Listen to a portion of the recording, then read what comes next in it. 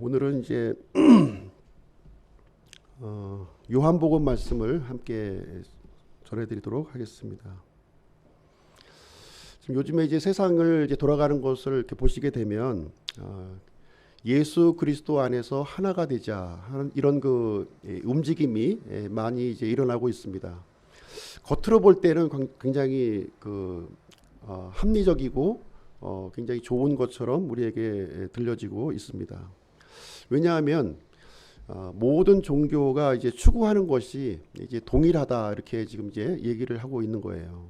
그래서 이제 소위 얘기하고 있는 겉으로는 그리스도 안에서 이제 하나가 되자 이렇게 얘기하지만 그 속에 있는 속내를 이렇게 보시게 되면 종교 일치 운동이라고 하는 것이 그 안에 이제 담겨져 있는 것을 우리는 보게 됩니다.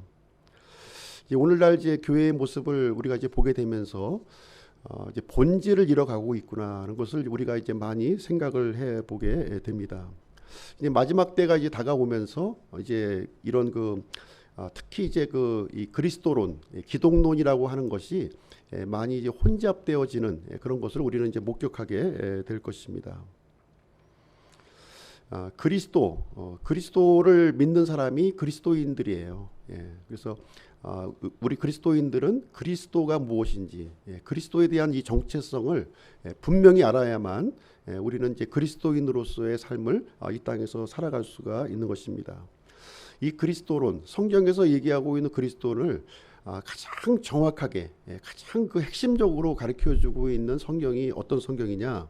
바로 요한복음이라는 거예요. 요한복음이 이 그리스도론을 가장 선명하게 우리에게 가르쳐주는 성경 말씀이에요. 그래서 이 요한복음의 이 내용을 통해서 우리가 믿고 있는 이 그리스도가 어떤 분이시냐 하는 것을 우리가 좀 이해하고 깨닫는 그런 시간이 되었으면 좋겠습니다.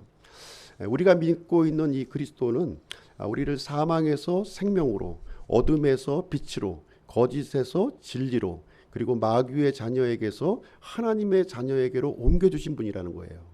이 부분을 우리가 놓쳐서는 안 되는 거예요. 그리스도는 우리의 믿음의 출발점이면서 동시에 우리 믿음의 이 종착점이라고 하는 사실, A부터 Z까지가 바로 그리스도라는 거예요. 이 그리스도를 우리가 놓쳐서는 안 된다고 하는 사실입니다. 세상에서 이 얘기하는 이 그리스도는 이제 어떤 그리스도를 이제 추구하고 있냐면요, 돈과 권력과 명예 이런 것을 이제 그리스도로 생각을 하고 있는 거예요. 돈과 명예, 권력은 성경에서 얘기하고 있는 그리스도가 아닙니다. 이 세상의 부귀를 추구하는 것이 아니라는 것이라는 것이죠. 또한 가난한 자를 구제하는 거, 불쌍한 사람들을 구제해주고 가난한 자를 구제해주고 이런 것들, 선행을 행사하는 것이 그리스도가 아니라는 거예요. 여기서 혼동이 우리가 일어서는 안 되는 것입니다. 또 그리스도라고 하는 것은 우리가 살고 있는 이 세상을 살기 좋은 나라, 아주 좋은 나라로 만드는 것이 그리스도가 아니라는 거예요. 그 그리스도의 본질하고는 완전히 틀린 얘기라고 하는 것입니다. 물론 이런 주장들이 틀린 것은 아니에요. 좋은 겁니다. 좋은 건데요, 좋은 것이지만 본질은 아니라는 거예요. 성경에서 얘기하고 있는 그리스도의 본질이 아니라는, 이것은 비본질적인 것이다 이렇게 얘기를 하고 있는 거예요. 비본질. 근데 오늘날 교회의 모습을 보게 되면 이 비본질이 본질보다 앞서 있는 거죠. 앞서 있는 모습을 우리는 이제 보게 됩니다. 그것을 잘 분별해야 되는 것이고요. 그리스도의 본질이 항상 앞서야 되는 것이고, 비본질적인 것은 자연스럽게 따라오는 거예요. 그걸 추구하는 것이 아닙니다. 그리스도를 우리가 추구하다 보면, 성경적인 그리스도를 추구하다 보면 비본질적인 것은 자연적으로 따라오는 것이지, 그것을 이제 강조해서 되는 부분이 아니다는 것을 이제 말씀을 드립니다. 그래서 마지막 때에 가게 되면 이제 적그리스도라고 해서 이제 머리에 뿔 달리고 이렇게 좀 송곳니가 튀어나오는 게 적그리스도가 아니라 보통 평범한 사람이에요. 평범한 사람의 모습으로 우리에게 이제 나타나게 되는데, 우리를 이제 굉장히 현혹을 시킨다는 거죠. 우리의 믿음을, 우리가 갖고 있는 이 본질을 흩으려고 한다는 것을 보시면 되겠습니다. 그런 사람들이 바로 거짓 교사요, 거짓 대언자들이라고 이제 말씀을 드릴 수가 있습니다.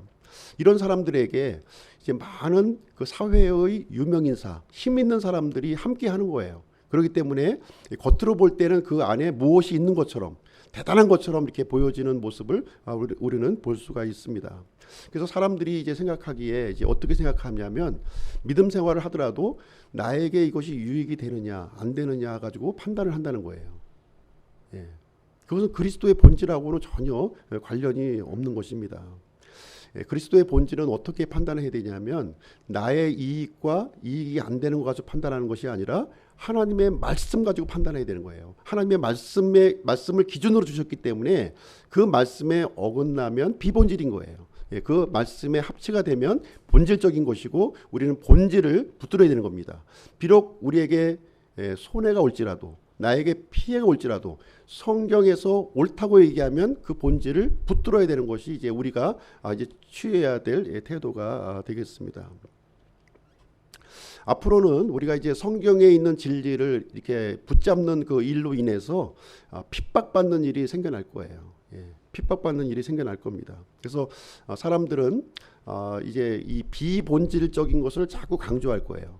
본질적인 것은 우리 다 알고 있는 내용이니까 더 이상 얘기하지 말고 비본질적인 것 이것을 이제 강조하는 일이 생겨나가게 될 것입니다. 이것은 무엇이냐면 그리스도의 정체성을 우리에게서 빼앗아가는 거예요. 이 분별력을 우리가 분명하게 알고 있어야 할 줄로 생각을 합니다.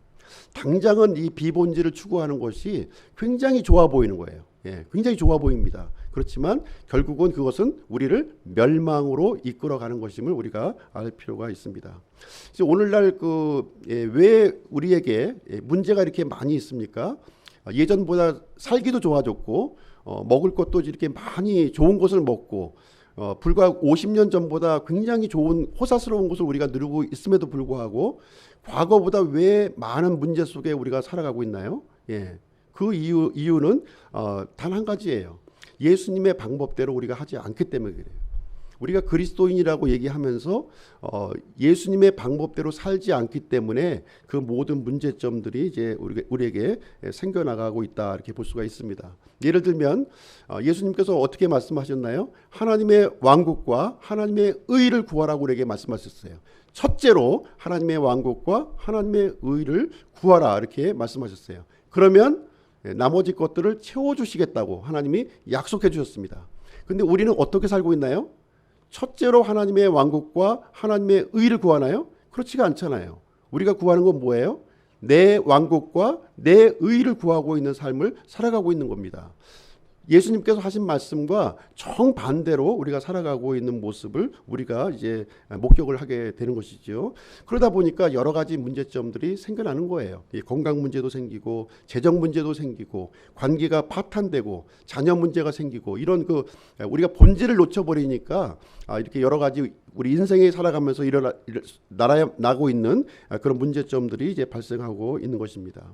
예수님 말씀대로 하나님의 왕국과 하나님의 의를 첫째로 한번 구해보세요. 하나님께서 나머지 것들을 채워주시는지 안 채워주시는지 그걸 확인해 보시면 될 것입니다. 그래서 우리가 먼저 예수님께 복 주세요, 나를 성공시켜 주세요 이렇게 얘기하는 것보다는 예수님께서 나에게 요구하시는 것이 무엇인가 그것을 먼저 우리가 한번 실행해 보는 것이 지혜로운 사람이라고 할 수가 있겠습니다. 그래서 오늘은 요한복음에 나타난 그리스도를 이제 전하도록 하겠습니다.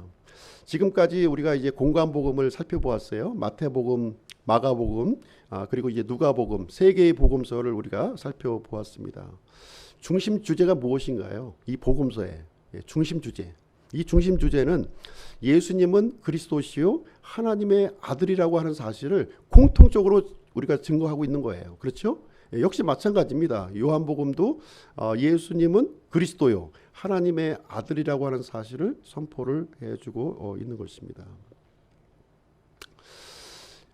그러면 이제 왜 네 개의 복음서를 이제 하나님께서 똑같은 주제, 똑같은 내용을 가지고 기록하셨는가 하는 것이죠. 그 이유는 무엇이냐면 요한계시록 4장 7절 말씀에 보시게 되면 이제 어떤 내용이 이제 있냐면 이제 하늘의 왕좌의 모습을 거기서 보여주고 있어요. 이 사도 요한에게 하늘의 왕좌의 모습을 보여주고 있는데 이 하나님 왕좌에 네 개의 그 영적 그 존재가 거기에 나옵니다. 요한계시록 4장 7절에 보시면 첫째 짐승은 무엇이냐면 사자가 나와요. 사자의 모습을 하고 있고, 둘째 짐승은 송아지 모습을 하고 있으며, 셋째 짐승은 사람의 얼굴의 모습을 갖고 있고, 넷째 짐승은 지금 날아다니는 독수리의 모습을 하고 있다, 이렇게 얘기를 해주고 있는 거예요. 그러면서 이제 이 네 개의 짐승이 영적인 존재가 무엇을 하고 있냐면 거룩하다, 거룩하다, 거룩하다, 이것을 외치고 있는 거예요. 첫 번째 거룩하다고 하는 것은 아버지 하나님을 거룩하다고 외치고 있는 것이고요, 아들 하나님이 거룩하시다, 성령 하나님이 거룩하시다 하는 것을 우리에게 얘기를 해주고 있는 것입니다. 그래서 이 사자의 모습을 통해서 우리는 이제 어떤 모습을 볼 수가 있냐면 유대인의 왕으로 오신 그리스도의 모습을 이제 우리에게 알려주고 있는 거예요. 그렇죠. 그 다음에 송아지의 모습을 통해서 우리는 이 대성물로 드려주신 그리스도의 모습을 우리에게 가르쳐주고 있는 것입니다. 그리고 사람의 얼굴의 그 모습을 통해서는 지금 사람의 아들로 오신, 이 영원하신 하나님께서 사람의 아들로 오신 그리스도의 모습을 우리에게 가르쳐주고 있는 것입니다. 마지막으로 이 독수리의 모습을 통해서 지금 하늘 왕좌에 지금 앉아 계신 그리스도의 모습을 우리에게 가르쳐주고 있는 것인데요, 이것은 네 복음서를 지금 우리에게 이제 예시적으로 보여주고 있는 거예요. 그래서 예수 그리스도의 이 영광스러운 이 모습을 입체적으로 보여주고 있는 거예요. 각각의 복음서들은 한 면, 예수 그리스도의 한 면을 보여주고 있는 것이고요, 이 네 개의 복음서를 이렇게 총체적으로 바라보면서 이 그리스도의 그 전체적인 모습을 우리는 입체적으로 우리를 보게 되는 것입니다. 그래서 요한복음은 이제 이 예수님의 이 그 하나님 되심, 이 신성에 대해서 지금 이제 강조하고 있는 그런 성경이 이제 되겠습니다.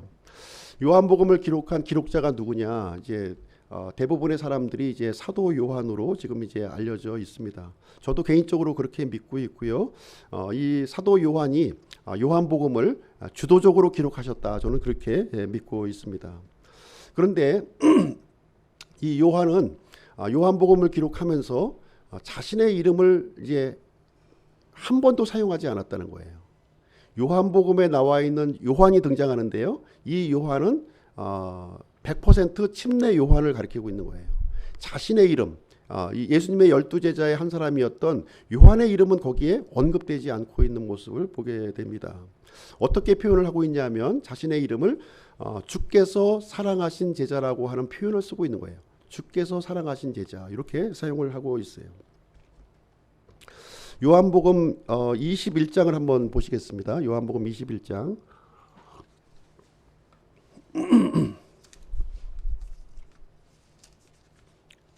요한복음 21장 제일 마지막 절 24절 한번 보겠습니다. 요한복음의 기록자가 소개가 되고 있는데요, 이것들을 증언하고 이것들을 기록한 제자가 이 사람이라. 우리는 그의 증언이 참된 줄 아노라. 그러면서 요한복음의 기록자를 소개하면서 이것들을 기록한 제자가 이 사람이라 이렇게 얘기하면서 이 사람이 누구냐? 20절에 나와 있는 거예요. 20절에 보시면 예수님께서 사랑하신 제자다, 이렇게 언급을 해주고 있습니다. 그래서 요한복음의 기록자는 누구냐면 예수님께서 사랑하신 제자가 이 요한복음을 기록했다는 거예요. 그래서 예수님께서 사랑하신 제자가 우리가 요한인 것은 우리가 좀 이제 심정적으로 분명히 알고 있는데, 그럼에도 불구하고 요한은 자신의 이름 요한을 쓰지 아니하고 예수님께서 사랑하신 제자가 이 요한복음을 기록하였노라, 이렇게 여기에 기록을 해주고 있는 거예요. 이 얘기는 무슨 얘기냐면 이 요한복음의 기록자를 요한 자기로 고정시키지 않았다는 거예요. 고정시키지 않았어요.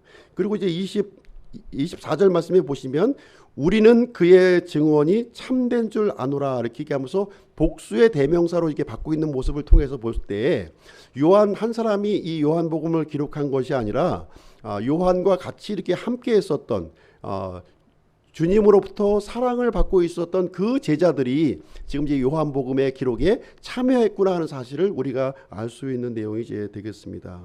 그래서 이 주께서 사랑하신 제자가 이제 요한복음을 기록했다, 이런 말씀을 통해서 요한복음을 읽고 있는 모든 사람들이, 모든 독자들이 주님께서 사랑받는 그런 제자가 되기를 원한다 하는 마음을 가지고 요한은 지금 이제 자신의 이름을 기록하지 아니하고 이렇게 좀 이 넓은 범위에서 이렇게 자신을 언급하고 있다는 것을 우리는 이제 볼 수가 있는 것입니다.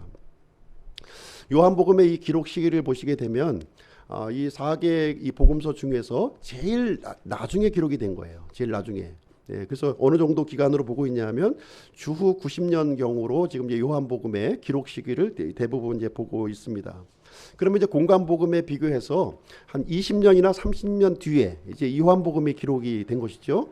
그래서 공관복음과 요한복음의 중대한 차이점이 있습니다. 중대한 차이점이 무엇이냐면 지금 이제 예루살렘 성전이 AD 70년경에 이제 멸망을 했어요. 로마의 그 타이투스 장군에 의해서 예루살렘이 완전히 이렇게 성전까지 완전히 이제 무너졌는데요. 그래서 공관복음은 성전이 있었던 시기에 기록된 복음서예요. 그렇죠? 그리고 요한복음은 성전이 이렇게 완전히 부서져 버린 이후에 기록되어 있는 이제 복음서이다. 이렇게 분명한 차이점을 볼 수가 있습니다. 그래서 이 성전이 이 땅에 있었을 때의 상황과 성전이 완전히 없어져 버렸을 때의 상황은 분명히 그 여러 가지 상황이 지금 이제 다를 거예요. 지금 이제 우리가 코로나의 시점에 있어서 우리가 믿음 생활하는 것과 또 코로나 이전에 또 우리가 믿음 생활했던 것이 이제 틀렸던 것처럼 성전이 눈앞에 있었던 시점과 또 완전히 이렇게 부서져 버린 그 시점과는 믿음 생활이 분명히 이제 달라졌을 것으로 생각을 합니다. 그래서 요한 당시에 이제 그리스도인들의 모습은 어떠했느냐? 굉장히 많이 교회가 생성이 되었어요. 사도 바울의 1차, 2차, 3차 전도여행을 통해서 로마 제국 전역에 수많은 교회가 이렇게 생성이 되었다는 거예요. AD 90년경에는 굉장히 많은 이제 교회가 생성이 되었고요. 근데 또 한 가지 특징은 무엇이냐면 이제 그리스도인들을 향한 핍박이 그 어느 때보다도 아주 강력하게 진행되고 있었던 그런 때라는 거예요. AD 64년경에 이제 로마 이 도시가 이제 화재가 났었죠. 그 화재의 원인이 이제 그리스도인들에게로 돌림으로 인해서 이제 그때부터 아주 극심한 박해가 시작이 된 거예요. 지금 이제 요한이 이제 있었던 당시에는 이 도미티안이라고 하는 황제가 있었을 때인데 아주 그리스도인을 아주 박해한 그 황제로 지금 이제 악명이 높았었던 그 황제가 있었을 때 요한이 있었고요. 이때 이제 요한복음이 이제 기록이 되게 되었던 것입니다. 그래서 이제 그리스도인들은 여러 가지 이제 공격을 이제 받을 수가 밖에 없었던 것이죠. 로마 제국으로부터 공격을 받았고 또 그리고 유대인들로부터 공격을 또 받은 거예요. 유대인들로부터. 왜냐하면 예수 그리스도는 하나님이시다. 예수 그리스도는 구약에 기록되어 있는 여호와 하나님이다. 이렇게 주장을 한 거예요. 그리스도인들이. 그러니까 이제 유대인들이 어떻게 그것을 받아들였어요? 신성모독주의 아닙니까? 신성모독주의. 그러니까 누구보다도 앞장서서 핍박했던 이 사람들이 누구냐면 유대인들이었다는 거예요. 유대인들도 로마 제국 전역에 이렇게 회당이 이렇게 설립이 되어서 이렇게 이제 모임을 공동체를 유지하고 있었습니다. 그래서 또 교회들도 같이 이제 섞여서 있었고요. 그런 가운데 가장 큰 적이 누구였냐?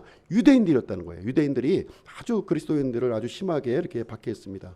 뿐만 아니라 요한이 있었던 당시에는 또 어떤 것으로 또 공격을 받았냐면 이단 사상을 통해서 또 공격을 받은 거예요. 예수 그리스도가 이제 십자가에서 죽으시고 승천하신 다음에 한 60년의 시간이 흘러간 겁니다. 60년. 그러면서 많은 이제 변화를 이제 교회에서도 이제 겪게 된 거예요. 그러면서 어떤 일이 생겨났냐면 예수님의 인성을 부정하는 사람들이 생겨난 것이죠. 예수님은 사람의 몸으로 오신 것이 아니야. 영체로 오신 것이지 사람으로 오신 것이 아니다. 이렇게 또 주장하는 사람이 있었던 거예요. 또 어떤 사람은 예수님의 신성을 부정하는 사람이 있었다는 거예요. 예수님은 좀 이렇게 사람보다 이렇게 좀 뛰어난 사람이었지 하나님은 아니다. 이렇게 주장하는 사람들이 있었다는 거예요. 그래서 요한은 이런 이 핍박과 이런 어려움 중에서 예수 그리스도에 대한 이 믿음을 이렇게 확고히 하기 위해서, 또 앞으로 믿을 사람들이 또 있을 거 아니에요. 앞으로 믿을 사람들을 위해서 그리스도에 대한 이 그 정체성, 이것을 분명하게 하기 위해서 이 공관복음 이제 세 권의 이 복음서가 있음에도 불구하고 새로운 복음서를 이렇게 기록해야만 되는 그런 필요성을 이제 가지고 있게 된 것입니다. 그래서 요한복음의 이제 구성을 보시게 되면 이 공관복음에 없는 내용들로 다 구성이 되어 있는 거예요. 거의 대부분 공관복음에 기록되어 있는 것은 다 배제하고 새로운 내용으로 이렇게 구성이 이제 이루어졌습니다. 공관복음과 같은 내용은 무엇이냐? 예수님께서 이제 잡히시고 또 십자가에 죽으시고 부활하신 거, 요 내용만 갖고 나머지 부분은 의도적으로 이제 다 배제시켰어요. 다 배제시키고 새로운 그리스도에 대한 새로운 시각을 분명하게 갖도록 하기 위해서 요한복음을 기록했다, 이렇게 보시면 되겠습니다. 요한복음의 기록 목적을 한번 보실게요. 요한복음의 기록 목적은 요한복음 20장 한번 보겠습니다. 요한복음 20장 31절 말씀인데요. 요한복음 20장 31절에 요한복음을 기록한 그 목적이 여기에 기록이 되어 있습니다. 30절 31절 제가 읽어드리겠습니다. 진실로 예수님께서 자기 제자들 앞에서 이 책에 기록되지 않은 다른 표적들도 많이 행하셨으나 이것들을 기록함은 예수님께서 하나님의 아들 그리스도이심을 너희가 믿게 하려 함이요 또 믿고 그분의 이름을 통해 생명을 얻게 하려 함이라. 여기 이제 예수님께서 이제 3년 반의 이제 공생애를 보내시면서 수많은 기적을 이제 일으키신 거예요. 수많은 기적을 일으키셨는데 이제 공관복음에 보면 많은 기적들이 여기에 이제 기록이 되어 있습니다. 많은 그 기적들이 기록되어 있는데 특별히 이제 요한복음의 경우는 7개의 표적만 여기에 골라서 기록을 한 거예요. 공관복음에 이제 오병이어 기적 몇 가지 이제 중복되는 것은 있지만 이 7가지 표적을 중점적으로 해서 여기에 이제 기록을 했습니다. 그래서 예수님께서 행하신 이 기적에 이 초점을 두지 않도록 한 거예요. 이 기적에 초점을 두는 것이 아니라 예수님께서 이루신 이 기적은 기적이 아니라 표적이었다는 거예요.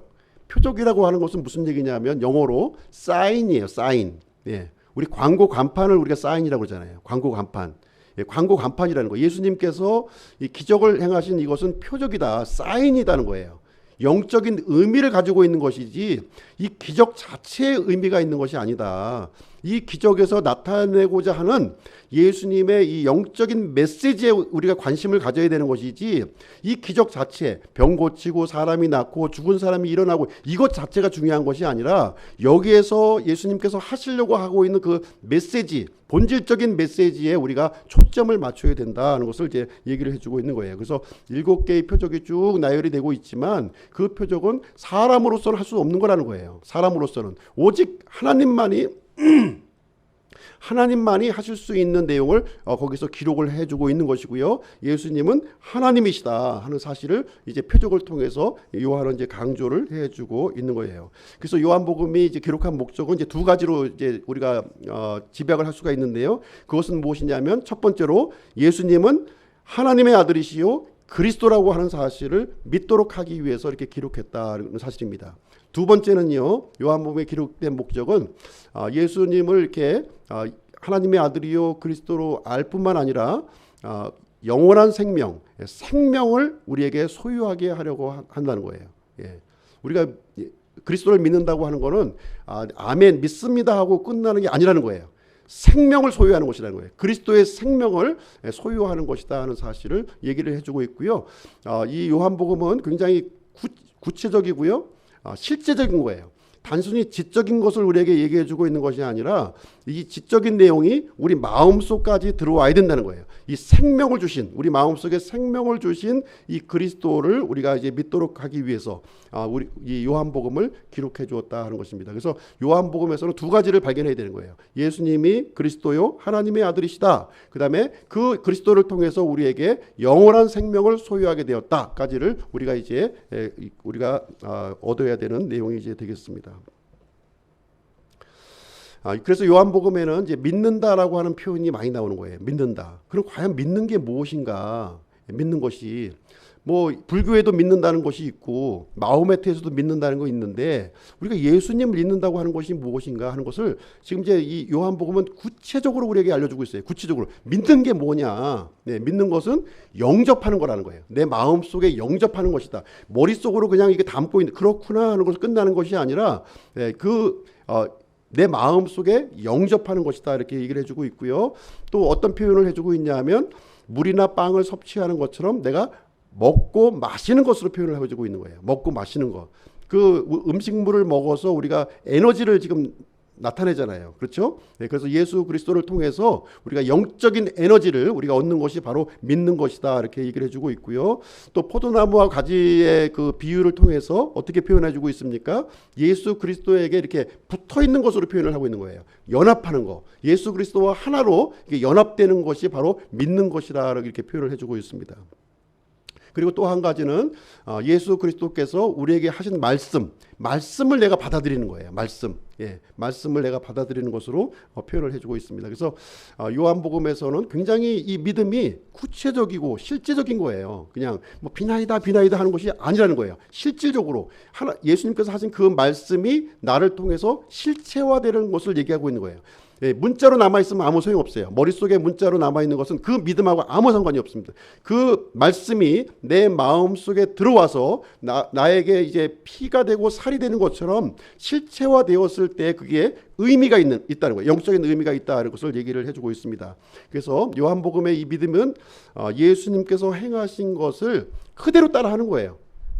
예수님께서 안 하신 것을 그대로 안 하는 거예요. 그게 믿음이라는 거예요. 그래서 예수님은 우리의 그 본보기, 섬김과 희생의 본보기를 보여주신 분이시기 때문에 믿음의 창시자요 완성자이시기 때문에 예수님께서 하신 그 일을 그대로 행하는 거, 그대로 따라하는 거. 우리 어린아이들 보면은 부모 하는 거 그대로 따라하잖아요. 그런 것처럼 영적인 우리 아버지요 이제 형님이 되신 그리스도께서 하셨던 그 모습을 그대로 그분이 하신 말씀대로 하는 것이 바로 믿음이다 하는 것을 요한복음은 지금 강조해주고 있는 내용이 이제 되겠습니다.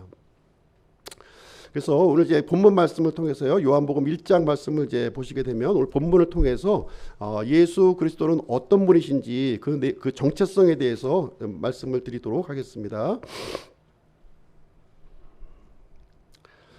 첫 번째로 예수님은 어떤 분이시냐? 예수님은 말씀이시다는 거예요. 예수님은 말씀이시다 이렇게 우리에게 알려주고 있어요. 1절 말씀 보겠습니다. 요한복음 1장 1절. 처음에 말씀이 계셨고 말씀이 하나님과 함께 계셨으며 말씀이 하나님이셨더라. 이렇게 해서 예수님이 바로 말씀이시다 하는 것을 여기서 우리에게 얘기를 해주고 있어요. 마태복음은 예수님을 어떻게 소개하고 있나요? 마태복음은 예수님의 족보를 통해서 아브라함의 자손이요 다윗의 자손으로서 예수님을 소개하고 있죠. 그렇죠? 그리고 누가복음은 어떻게 소개하고 있습니까? 누가복음도 역시 족보가 나와 있죠. 쭉 나와서 아담의 후손으로 오신 예수 그리스도를 소개해주고 있습니다. 지금 예수님을 어떻게 소개하고 있나요? 이 요한복음에서는 처음에 in the beginning, 그러니까 이 처음이라고 하는 것은 창조할 때의 처음이 아니라 영원전의 처음을 얘기해주고 있는 거예요. 영원전부터 존재하셨던 이제 그 얘기를 이제 시작을 해주고 있는 것입니다. 예수님은 어떤 분이세요? 영원전부터 존재하셨던 말씀이시다 이렇게 여기서 1절 말씀을 통해서 우리에게 알려주고 있는 것인데요. 이 말씀이라고 하는 것은 헬라어로 로고스라고 하는 단어를 사용한다는 거예요. 로고스. 영어로는 이제 더 월드 이렇게 표현을 해주고 있고요. 우리로서는 이제 말씀으로 이제 표현하고 있는데 이 말씀이 바로 하나님이시고 이 하나님이 바로 예수님이시었다. 이제 1절 말씀은 우리에게 가르쳐주고 있습니다. 당시에 이제 요한이 살고 있던 당시에는 지금 이제 로고스라고 하는 이 단어를 어떻게 생각을 했냐면 이제 이렇게 생각을 한 거예요. 이 로고스를 우주의 본질로 생각한 거예요.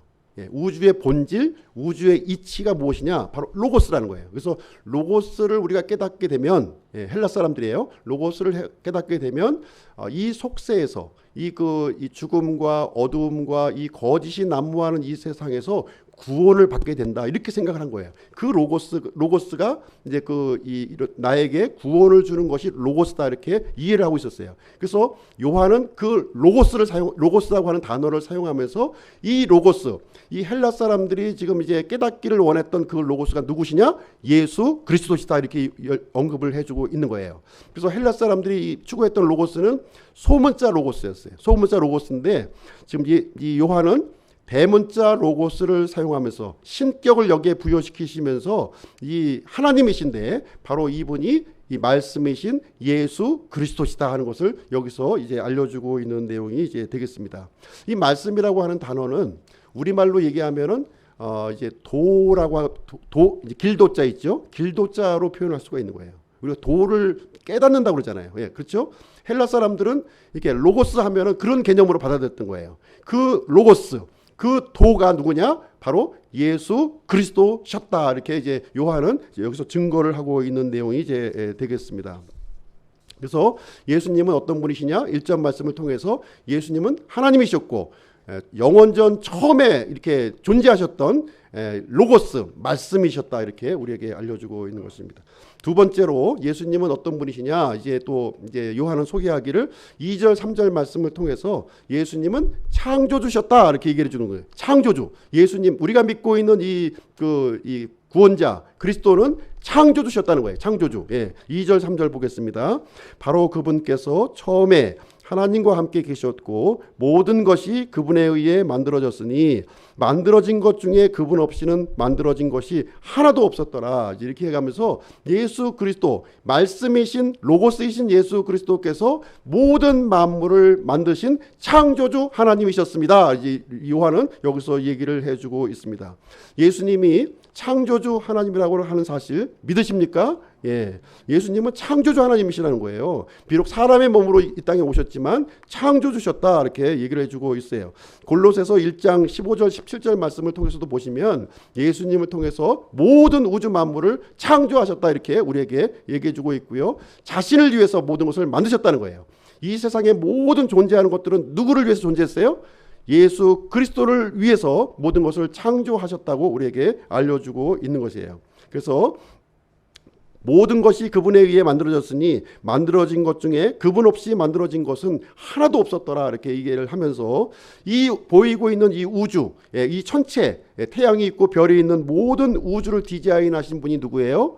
예수 그리스도시라는 거예요. 그리고 지구를 디자인하신 분이 누구십니까? 예수 그리스도시라는 겁니다.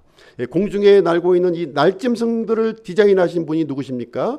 또 이 물속에 이 움직이고 있는 모든 생명체, 물고기들을 디자인하신 분이 누구십니까? 그리고 이 지상에 뛰어놀고 있는 모든 동물들, 뛰어다니는 모든 각종 동물들을 디자인하신 분이 누구예요? 예수 그리스도시라는 거예요. 예수 그리스도를 통해서 모든 것을 이렇게 만드시고 존재하게 되었다고 지금 이제 언급을 해주고 있는 거예요. 특별히 사람의 몸을 디자인하신 분이 누구예요? 예수 그리스도시라는 거예요. 예. 나의 지금 있는 이 그 손톱과 이 잔털과 이 눈과 귀와 모든 내장 기관들을 누가 디자인하셨어요? 예수 그리스도께서 디자인하셨기 때문에 내가 숨을 쉬고 호흡하고 생각하고 반응하고 있다. 지금 이렇게 얘기를 해주고 있는 거예요.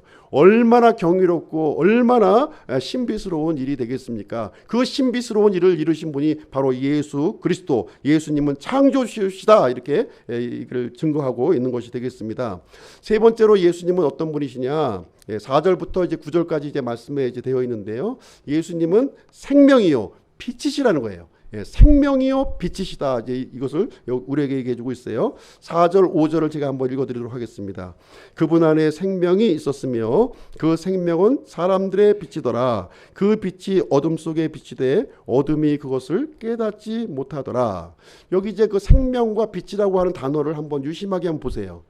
굵은 고딕체로 되어 있지요. 굵은 고딕체로 되어 있습니다. 영어로 보시게 되면 대문자로 되어 있는 거예요. 대문자 생명, 대문자 빛으로 여기서 언급을 해주고 있습니다. 예수님께서 우리에게 주시고자 하는 생명과 빛이 무엇이냐? 신적인 생명이요 신적인 빛이라는 거예요. 지금 일반적으로 보고 있는 이런 빛, 생명이 아니라 영적인 빛이요 영적인 생명이라고 우리에게 얘기를 해주고 있는데요. 이 영적인 생명이 어디에 있어요? 어디에 감추되어 있습니까? 4절 말씀에 보면 그분 안에 생명이 있었으며 이 영적인 생명이 예수 그리스도 안에 있었다고 지금 얘기를 해주고 있는 거예요. 예수님께서는 신적인 생명을 소유하고 있는 분이시며 신적인 생명을 주실 수 있는, 공유해 주실 수 있는 그런 분으로 지금 여기서 얘기를 해주고 있는 것이고요. 예수님 안에 있는 이 생명이 사람들에게 빛이 되었다는 거예요. 사람들은 지금 어둠 가운데 있는 것이죠. 예수님의 생명을 소유하지 못하고 있는 어둠과 무지 가운데 머물러 있는 것이고, 무지 가운데 머물러 있는 이 사람들을 향해서 예수님의 이 신적인 생명을 지금 비춰주고 있지만, 그 어둠 가운데 있는 사람들이 깨닫지 못하고 있는 이 모습을 여기서 보여주고 있는 내용이 이제 되겠습니다. 그래서 이 빛 대신 예수님을 누가 지금 소개하고 있습니까? 예수님보다 이제 앞서 왔었던 침례 요한이 예수님의 이 빛 대심을 지금 이제 증거를 하고 있는 거예요. 7절부터 9절 한번 보겠습니다. 바로 그가 증언하러 왔으니 이것은 그 빛에 대하여 증언하며 모든 사람이 자기를 통해 믿게 하려 함이라. 그는 그 빛이 아니요 그 빛에 대하여 증언하도록 보내어진 자더라. 그 빛은 참 빛으로 세상에 들어오는 모든 사람을 비추느니라. 이렇게 얘기하고 있습니다. 그래서 침례 요한이 이제 사람들이 메시아 그리스도인 줄로 알았던 거예요. 그랬더니 침례 요한 스스로가 이제 스스로 고백을 합니다. 나는 빛이 아니라는 거예요. 그리스도가 아니다. 나는 그 빛을 그리스도를 증거하기 위해서 보내어진 사람이다. 이제 이렇게 얘기를 해주고 있는 내용이 되겠습니다. 그래서 예수님이 참 빛이라는 거예요. 트루 라이트라는 거예요. 지금 이 세상에는 거짓 빛들이 많이 있는 거죠. 거짓 빛들. 비친 척 이렇게 이 사람들을 현혹시키고 유혹시키고 그 멸망으로 이렇게 인도하는 거짓 빛들이 난무하고 있다는 거예요. 그러나 예수 그리스도는 우리에게 진정한 생명, 그 영원한 생명을 주시는 분이시로 지금 예수 그리스도를 설명을 해주고 있는 거예요. 요한 당시에 살고 있었던 모든 철학들, 모든 사상들은 거짓 빛이라는 거예요. 사람들을 멸망으로 이끌기 위해서 이 겉으로는 이렇게 그 포장을 했지만, 아름답게 포장을 했지만 실상 그 안으로 들어가 보면 거짓된 것으로 가득되어 있는 것이고, 진실된 빛은 예수 그리스도시다. 이렇게 얘기를 해주고 있습니다. 요한복음 10장 말씀을 가서 보시게 되면 예수님께서 이렇게 말씀을 하셨어요. 나보다 먼저 온 모든 사람은 도둑이요 강도라는 거예요. 도둑이요 강도라는 거예요. 그래서 이 도둑이 오는 곳은 왜 오냐, 강도들이 오는 곳은 왜 오냐, 그것은 도둑질하고 그리고 죽이고 멸망시키기 위해서 온다는 거예요. 그래서 이 도둑과 강도의 차이점이 뭔지 아십니까? 도둑과 강도.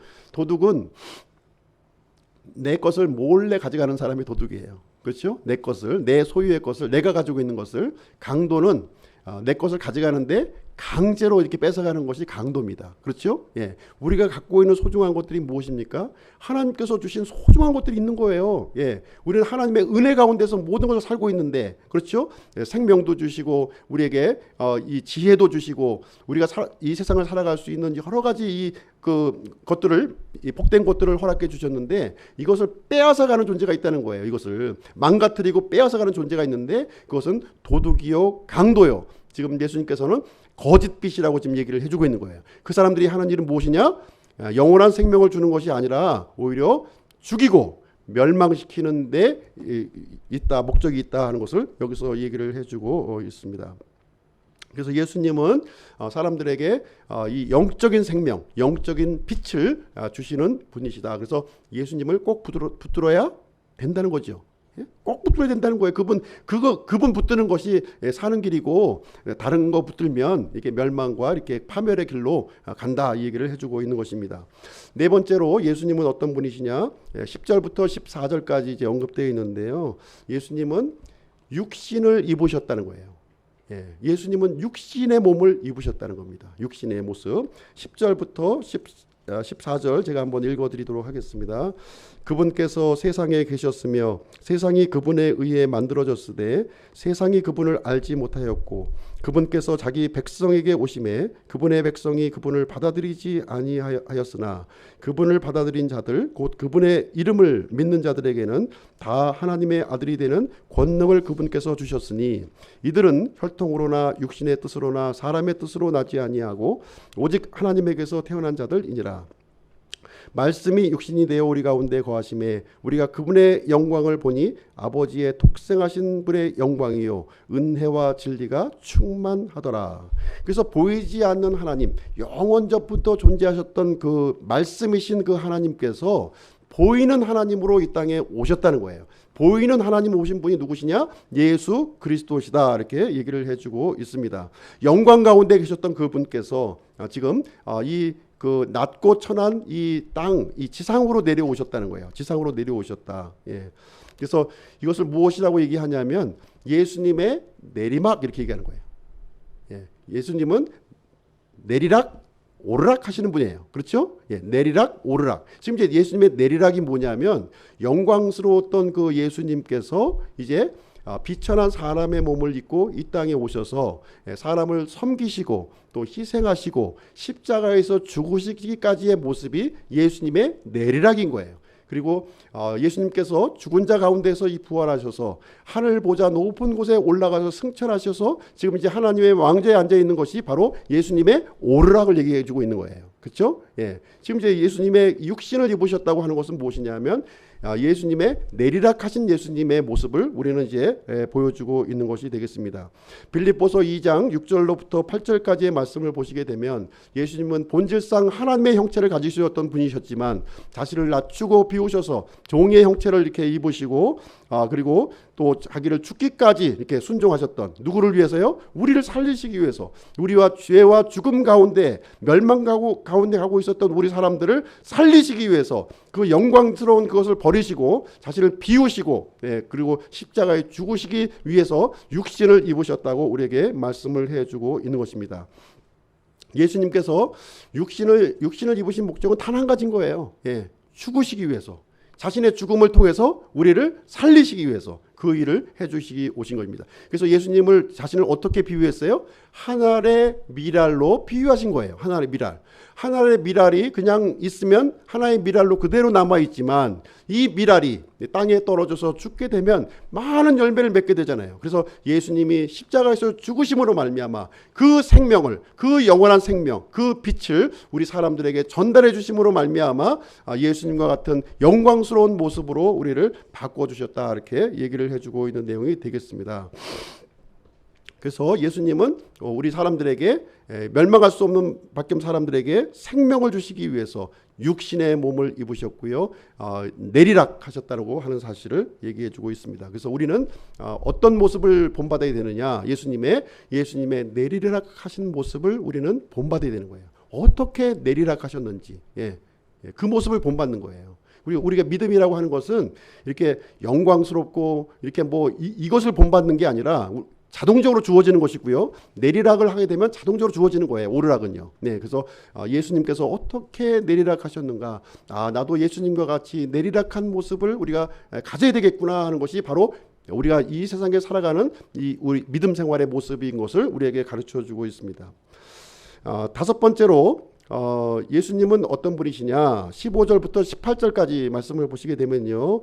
아버지 품속에 계신 독생자셨다. 이렇게 우리에게 알려주고 있는 거예요. 아버지 품속에 계신 독생자셨다. 이렇게 얘기해 주고 있습니다. 15절부터 18절 제가 읽어드리도록 하겠습니다. 요한이 그분에 대해 증언하며 외쳐 이르되 내가 말하기를 내 뒤에 오시는 분이 나보다 앞서신 것은 그분께서 나보다 먼저 계셨기 때문이라 하며 언급한 분이 곧 이분이라 하니라. 우리가 다 그분의 충만하심에서 받았음에 은혜를 대체하는 은혜니 이는 율법은 모세를 통해 주셨으되 은혜와 진리는 예수 그리스도를 통해 왔기 때문이라. 아무도 어느 때나 하나님을 보지 못하였으되 아버지 품속에 계신 독생자께서 그분을 밝히 드러내셨느니라. 자, 여기 이제 이 본문 말씀을 보시게 되면 예수님을 이제 증거하는 이제 세 가지 증거를 우리가 좀 살펴볼 수가 있는데요. 첫 번째 증거는 뭐냐? 침례 요한의 증거라는 거예요. 예수님보다 앞서서 와서 예수님을 증거했던 침례 요한의 증거를 우리는 이제 생각을 해볼 수가 있습니다. 침례 요한은 예수님을 어떻게 증거했나요? 요한복음 1장 29절에 보시게 되면 요한이 예수님께서 자기에게 오시는 것을 보고 이르되 세상 죄를 제거하시는 하나님의 어린 양을 보라, 이렇게 말씀을 이제 증거를 했거든요. 예, 여기 보시면 개역 성경에는 이제 세상 죄를 지고 가는 하나님의 어린 양이다를 보라, 이렇게 얘기를 했는데, 우리 흠정역에는 세상 죄를 제거하시는 제거하시는 하나님의 어린 양을 보라, 이렇게 소개를 이제 한 것이죠. 예수님은 지금 죄를 지고 가는 게 아니에요. 지고 가는 게 아니라 이제 십자가에 가셔서 그때 가셔서 제거하시는 예수님이심을 여기서 얘기해주고 있습니다. 그 다음에 이제 그 예수님을 증거하고 있는 것이 뭐냐면 율법이 증거한다는 거예요. 율법, 침례 요한의 증거가 있었고, 그 다음에 두 번째는 율법의 증거라는 거예요. 율법은 이제 그 어떻게 증거를 하고 있냐면 모세와 예수님을 서로 이제 비교를 하고 있어요. 모세와 예수 그리스도를 이제 비교를 하면서 지금 이제 알려주고 있는 건데요. 모세는 율법 시대를 열었습니다. 그렇죠? 예수 그리스도는 어떤 시대를 열어가십니까? 여기 보면 은혜와 진리의 시대를 열어주시는 거예요. 모세는 율법을 열었고요. 예수 그리스도는 은혜와 진리의 시대를 열어가신다 하는 것을 비교를 해서 우리에게 알려주고 있습니다.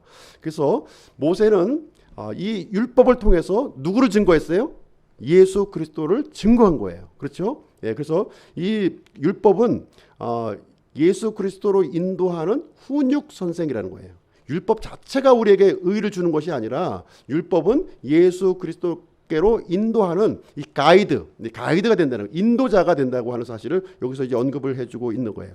그래서 우리가 구약에 기록되어 있는 이 모세를 잘 따라가면 누구를 발견해야 돼요? 예수 그리스도를 발견해야 된다, 얘기를 해주고 있는 거예요. 그래서 율법이 증거하고 있는 것은 이 바로 예수님을 증거하고 있다는 것을 요한은 지금 이제 언급을 해주고 있습니다. 그래서 16절 말씀을 보시게 되면 우리가 다 그분의 충만하심에서 받았음에 은혜를 대체하는 은혜이니, 이렇게 얘기를 해주고 있는데요. 첫 번째 은혜와 두 번째 은혜가 나오고 있는 것이죠. 첫 번째 은혜는 뭐예요? 첫 번째 은혜는 모세의 율법을 통해서 이스라엘 백성들에게 주어진 은혜를 얘기해 주고 있는 거예요. 그렇죠? 두 번째 은혜는 무엇입니까? 예수 그리스도를 통해서 우리에게 부어지는 그 은혜를 얘기를 해주고 있는 것입니다. 첫 번째 은혜가 다르고 두 번째 은혜가 다른 거예요. 첫 번째 은혜보다는 두 번째 은혜가 더 좋은 거예요. 더 뛰어난 것입니다. 그렇죠? 첫 번째 이스라엘 백성들에게 주어진 은혜는 뭐였어요? 짐승의 피를 잡아서 잠시 동안 죄를 용서해 주는 거였어요. 그렇죠? 잠시 죄를 지으면 또 갖다 바쳐야 돼요. 계속 짐승의 피를 통해서 이렇게 죄를 용서해 주는 은혜를 하나님께서 주셨습니다. 그런데 예수 그리스도를 통한 은혜는 어떤 은혜예요? 예수 그리스도의 그 보혈로 말미암아 죄를 완전히 제거하시는 은혜를 우리에게 주신다 하는 것을 여기서 우리에게 알려주고 있는 내용이 되겠습니다. 그래서 예수님은 우리의 죄를 영원히 이렇게 제거해 주시는 그런 은혜와 진리의 시대를 열어주신 분이시다 하는 것을 얘기해 주고 있습니다. 그러면서 예수님 자신이 스스로를 이제 또 증거를 하고 있어요. 18절 말씀을 보시게 되면 이렇게 언급하고 있습니다. 아무도 어느 때나 하나님을 보지 못하였으되 아버지 품속에 계신 독생자께서 그분을 밝히 드러내셨느니라. 이 말씀의 근거에서 보면 하나님을 본 사람이 있습니까, 없습니까? 구약시대뿐만 아니라 앞으로 살아갈 사람에게 하나님을 본 사람이 있어요, 없어요? 하나님 본 사람 없다는 거예요. 하나님 본 사람 없습니다. 아무도 어느 때나 하나님을 보지 못하였다. 하나님을 보았다고 하면 그건 다른 하나님을 본 거예요. 지금 이제 하나님을 볼 수 없다고 지금 얘기를 해주고 있고요. 하나님을 나타내신 분이 누구예요? 요한은 지금 예수 그리스도께서 하나님의 형상을 지금 나타내셨다고 지금 얘기해주고 있는 거예요. 그러면 구약에서 이스라엘 백성에게 나타난 여호와 하나님이 누구입니까? 하나님이 아니라는 거예요. 지금 그분이 예수 그리스도시다, 이 얘기를 해주고 있는 거예요. 지금 구약시대의 이스라엘 백성들을 이렇게 만나주시고 율법을 주시고 또 인도하시고 대화하시고 약속하셨던 그 하나님이 누구예요? 만났던 하나님이 예수님이라는 거예요. 지금 예수님이라고 지금 여기서 얘기해 주고 있는 거예요. 그래서 요한복음은 지금 그 사실을 지금 강조하고 있어요. 그래서 I am이라고 하는, I am, 내가 그니라 하는 이 표현을 요한복음 몇 번을 반복하고 있느냐? 24번을 반복하고 있는 거예요. 이 I am의 호칭이 누구예요? 나는 여호와, 스스로 존재하는 자라는 거예요. 그분이 누구예요? 예수님 나다 지금 얘기를 해주고 있는 것이 바로 요한복음이라는 거예요. 요한복음. 예. 그래서 예수님을 통해서만이 참된 하나님을 우리가 발견할 수 있다는 거예요. 예수님을 통하지 않고 믿고 있는 하나님, 가짜 하나님이라는 거예요. 그래서 요한복음 8장 44절에서 이제 유대인들에게 너희들이 지금 믿고 있는 그 하나님은 마귀다, 이게 마귀라는 거예요. 마귀. 예. 내가 하나님인데 나를 못 알아보냐 지금. 예. 아버지 품속에 계신 이 그 독생자, 내가 지금 와서 너희 눈앞에 있거늘, 예, 하나님을 지금 밝히 보여주고 있거늘, 야, 지금 나를 못 알아보느냐. 지금 너희들이 믿고 있었던 그 구약 시대에 그 너희들과 대화했던 조상들과 대화했던 그 하나님이 나이거늘, 이렇게 이 얘기를 해주고 있는 거예요. 지금. 예, 그래서 예수님을 통한 하나님만이 진정한 하나님이요, 진정한 아버지시라는 거예요. 예.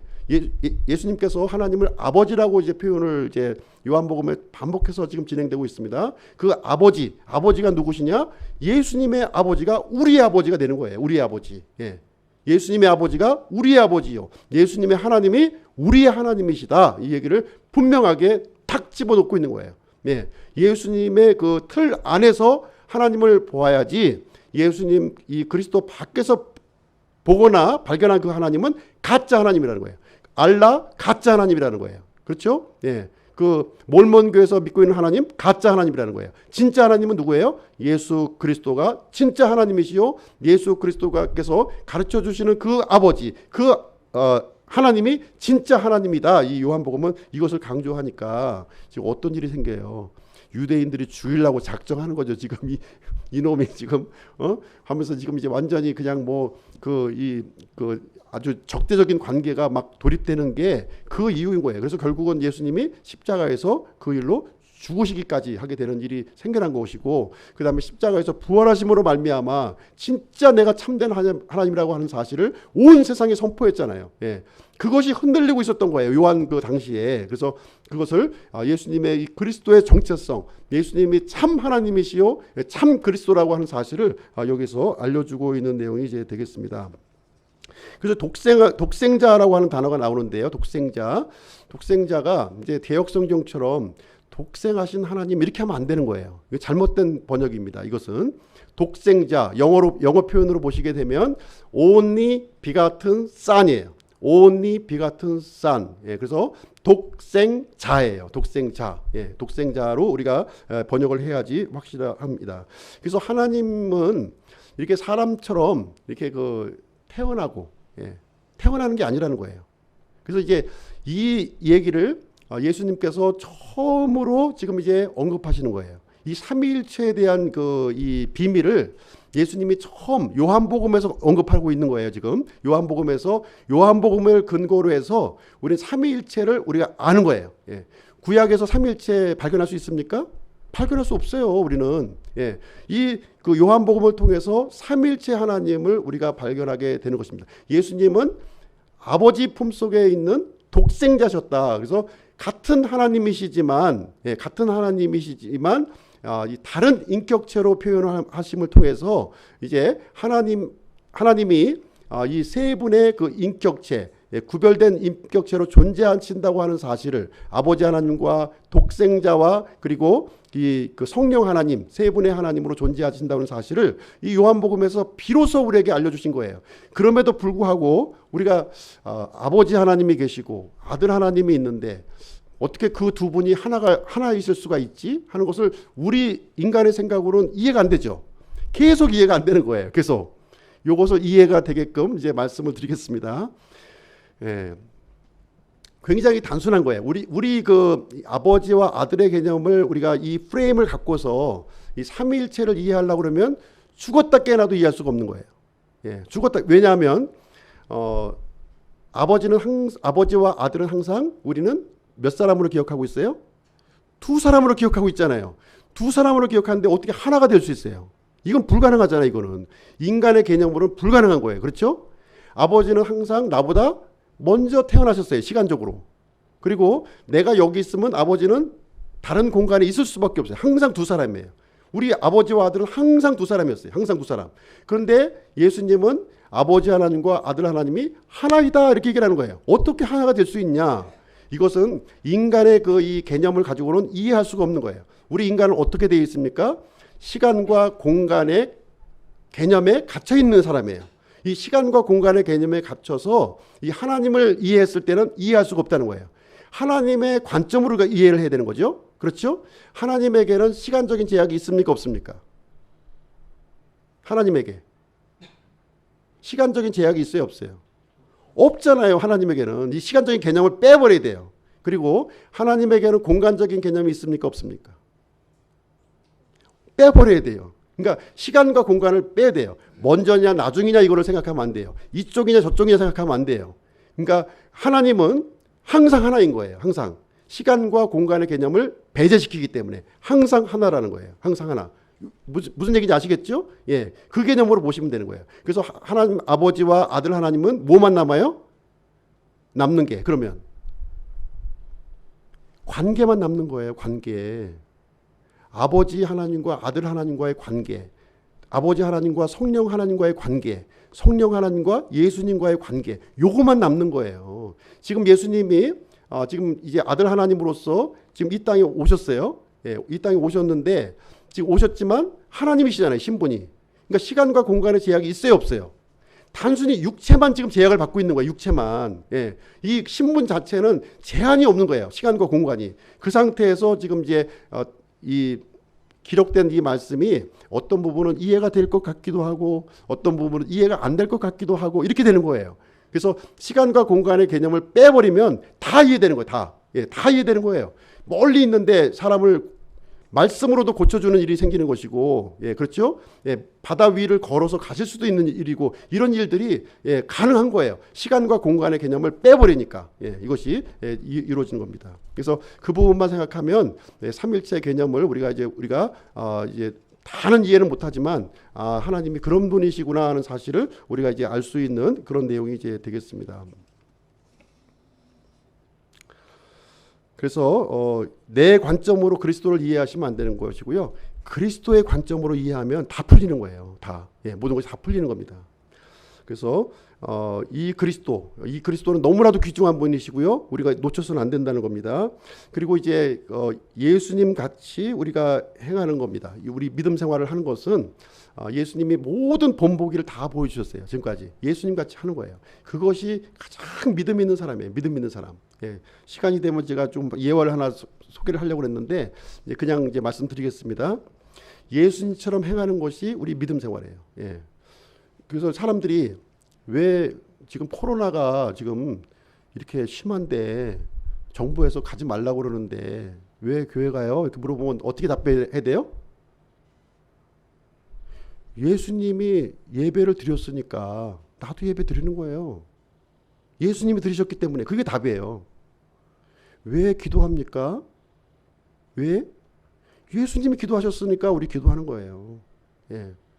왜 성도의 교제를 합니까? 예수님이 제자들과 교제하셨기 때문에 나 똑같이 우리가 하는 거예요. 예. 왜 안 합니까? 예수님이 하지 말랬으니까 안 하는 거예요. 예. 그래서 우리 믿음이 그거라는 거예요. 그리스도가 하라고 한 것, 예. 그리스도가 하셨던 것을 하는 것, 이것이 바로 믿음 생활이라는 거예요. 그리스도께서 하지 말라고 한 것, 그리스도께서 하지 않으셨던 거 안 하는 것이 믿음 생활이라는 거예요. 예. 이것을 가장 중요한 가치, 가장 중요한 그 개념으로 우리가 붙드는 것이 바로 믿음이라는 거예요. 비록 정부의 법이 이렇게 그 통과가 된다 할지라도, 예. 그 정부의 법보다 상위의 법이 뭐예요?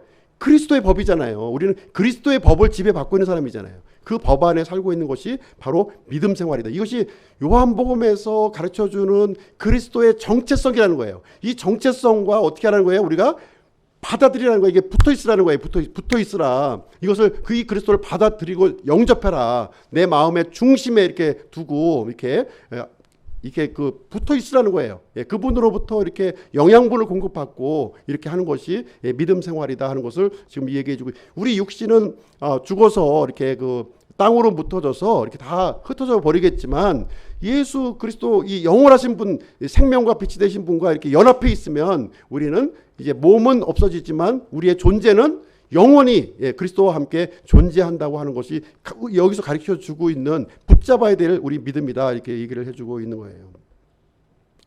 그래서 이제 우리가 그 예수 그리스도를 요한복음을 통해서 이렇게 발견하게 되면 인식의 변화가 생깁니다. 지식만 가진 사람은 인식의 변화가 안 일어나요.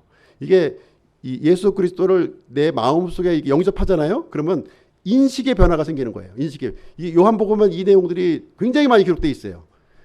사마리아의 여인과의 이렇게 대화를 통해서도 예수님과 대화를 하면서 그 인식의 변화가 이루어지는 과정을 우리가 읽을 수 있습니까?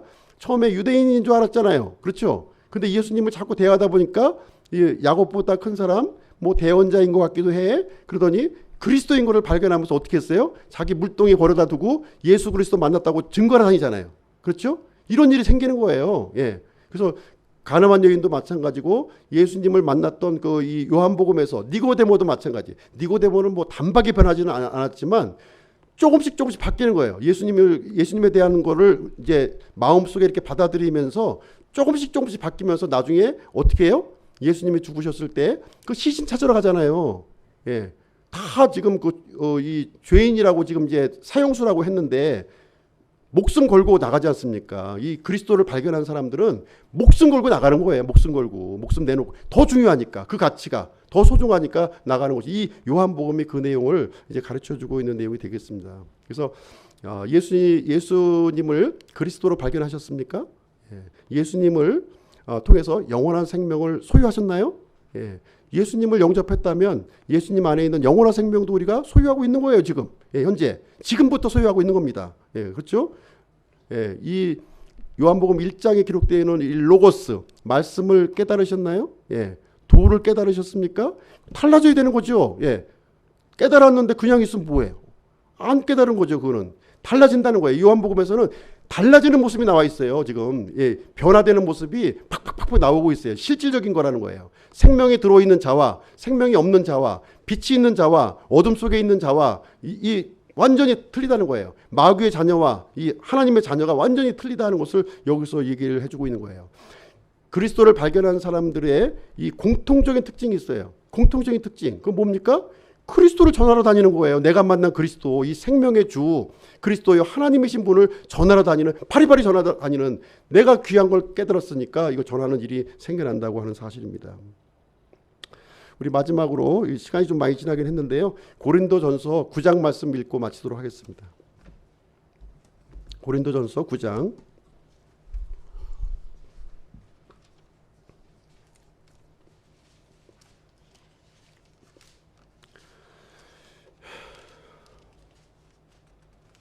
(9장) 16절입니다.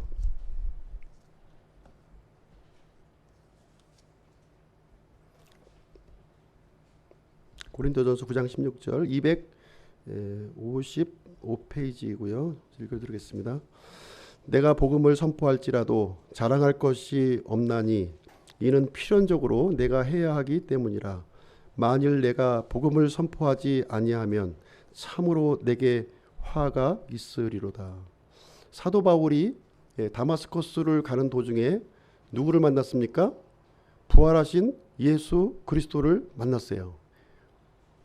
그리스도를 발견하자마자 깨닫자마자 180도 뒤집어졌죠. 그렇게 교회를 핍박하고 그렇게 그 아주 악종으로 되었던 이 사도 바울이 어떻게 바뀌었어요? 예수 그리스도의 선포자, 자기 목숨을 걸고 그 유럽 전역을 지금 이제 그 돌아다니면서 예수님은 그리스도요 하나님의 아들이라고 하는 사실을 선포하며 다녔다는 거예요. 이런 변화가 있다는 거예요. 이런 변화, 센세이셔널한 변화가 일어났고요. 초대교회 때는 이러한 분들을 통해서 온 유럽이 이렇게 믿는 그리스도인들로 이렇게 바뀌어지는 이 놀라운 일이 일어난 거예요. 지금 우리 살고 있는 우리 대한민국의 교회 상황 어떻습니까? 이 그리스도가 있나요? 교회에 그리스도가 있으면 이 모습이 아닌 거예요. 이 모습이 아니에요. 바뀌어져야 되는 겁니다. 지금 껍데기만 남아 있는 거예요. 껍데기. 다 지금 웅크리고 앉아가지고서 지금 이제 그 간신히 연명하고 있는 그 모습을 우리에게 보여주고 있는 것입니다. 이 사복음서를 통해서 우리가 그리스도를 발견해야 되는 거예요. 뭐 십자가에서 죽으셨고 뭐 부활하셨고 문자적으로는 아니라는 거예요. 내가 그 말씀이 나에게 실체가 되어서 영양분이 되어가지고 에너지가 되는 그것이 진짜 믿는 것이라는 거예요. 실질적인 것을 얘기하는 거예요. 아느냐 모르느냐가 중요한 게 아니에요. 그 아는 것을 내가 이 삶 가운데 내 몸으로 내가 움직이고 있느냐, 반응하고 있느냐는 거예요. 산 사람은 반응합니다. 죽은 사람은요, 송곳 찔러도 안 움직여요. 산 사람, 바늘만 찔러도 아이고 아파, 이 소리가 나오는 겁니다. 이 반응이 있기를 이제 바라는 것이죠. 요한복음에 나타난 그리스도, 제가 이 짧은 시간에 소개하기가 너무나도 벅찬 내용이에요. 너무나도 벅찬 내용입니다. 그래서 그래도 어쨌든 제가 하여튼 뭐 제 수준에서 제가 이제 알고 있는 것만큼 하여튼 뭐 전해드리려고 참 애를 쓰긴 썼는데, 우리가 이 기본으로 돌아가야 될 것 같아요. 기본으로 돌아가서 우리에게 생명을 주시고 이게 빛을 주시고 또 우리를 이게 삶을 풍요롭게 해주신 이 그리스도를 우리가 잊어버리고 살지 않았는가 하는 생각을 우리가 갖게 되고요. 이 처음으로 다시 돌아가서 그 그리스도, 성경에 기록되어 있는 그리스도를 우리가 붙잡는 저희들이 되었으면 좋겠습니다. 기도하고 마치도록 하겠습니다.